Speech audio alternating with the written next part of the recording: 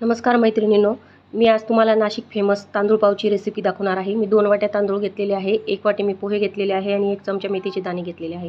हे सर्व आपल्याला 2 ते 3 पाण्याने स्वच्छ धुवून घ्यायचं आहे आणि 5 तासासाठी आपल्याला हे भिजत ठेवून द्यायचं आहे।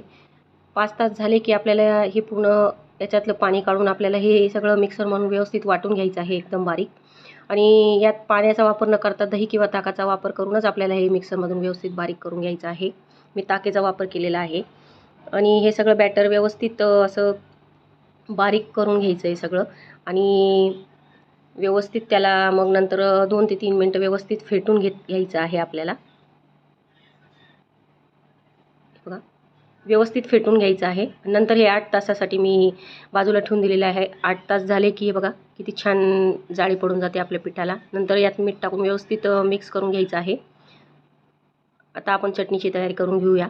चटणीसाठी मी खोबरं घेतलेलं आहे, शेंगदाणे घेतलेले आहे भाजून, फुटाणे घेतलेले आहे, लसूण घेतलेला आहे, मिरच्या घेतलेल्या आहे, खोबरं घेतलेलं आहे, कोथिंबीर आणि अद्रक आणि चवीनुसार मीठ टाकून घ्यायचं आहे आणि थोडंसं पाणी टाकून आपण हे व्यवस्थित बारीक करून घ्यायचं आहे मिक्सरमधून। हे बघा आपली चटणी तयार झालेली आहे। आता मी परत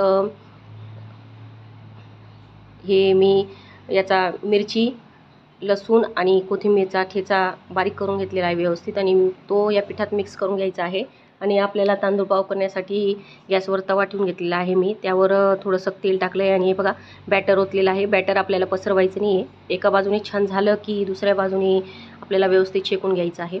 खूप छान जाळी पडते या तांदूळ पावला, तर नक्की ट्राय करा। माझ्या सांगण्यावरून ही रेसिपी खूप छान आहे रेसिपी आणि युनिक आहे, तर नक्की ट्राय करा। Bye bye.